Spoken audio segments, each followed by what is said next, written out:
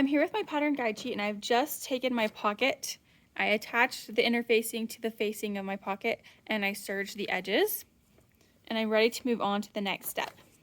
So referring back to my pattern guide sheet, it tells me that step 2 is to fold the pocket facings on fold lines to right side and stitch the width of the facing at the edges.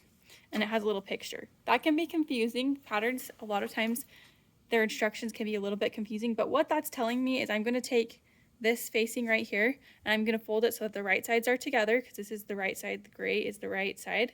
The speckled thing shows interfacing, and then white shows me the wrong side. So I know my right sides are going together, and I'm just going to fold this down so that these two lines match up. So this corner, I'm just going to fold it so that it match up like that, and I'll just put a pin in there to keep those together. And then I'll do the same thing on the other side. So again, I'm just taking these two edges of the fabric and lining them up together so that they're flush with each other. I don't want them to overlap. I want them to line up just right. And I will pin that.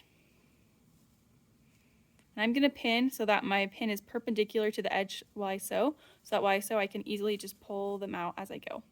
Now that I have these edges pinned, I'm just going to go ahead and sew. I'm going to sew 1/4 inch seam allowance back stitching at the beginning and the end. I'm going to sew my seam at 1/4 inch seam allowance. So that means I'm going to line this edge of the fabric up with the edge of my presser foot. And that will be 1/4 inch away from where my needle is going through the fabric and creating the seam line.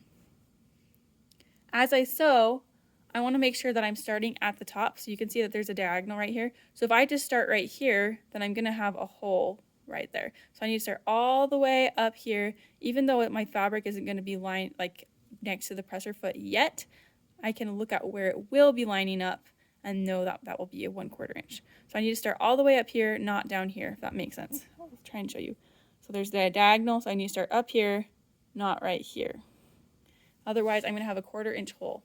So I'll start up there, and you can see that right here, there's no fabric, but up here there is fabric. So I need to start all the way up there. So I'm going to start here and sew forward 3 or 5 stitches, and then backwards to back stitch, making sure my threads are behind as I sew, and then I'll just sew forward. As I approach the pin, I'm going to pull it out. Remember, I did my perpendicular pin so that way I can have it in as long as possible before it gets in the way. If I do it vertical or like parallel to the edge of my fabric, then I might accidentally sew over it before I even get to where it's pinned. So perpendicular is a lot better for that. And I'll continue to sew.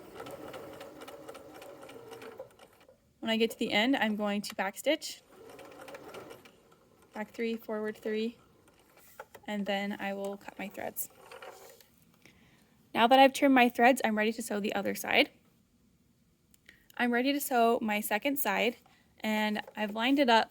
You can see here that there's only 1 layer of fabric up here, and then now I have 2. So I'm going to line up right where I have 2 layers of fabric, and then I'll line the edge of my fabric up with the presser foot, the edge of the presser foot, to give me a 1/4 inch seam allowance.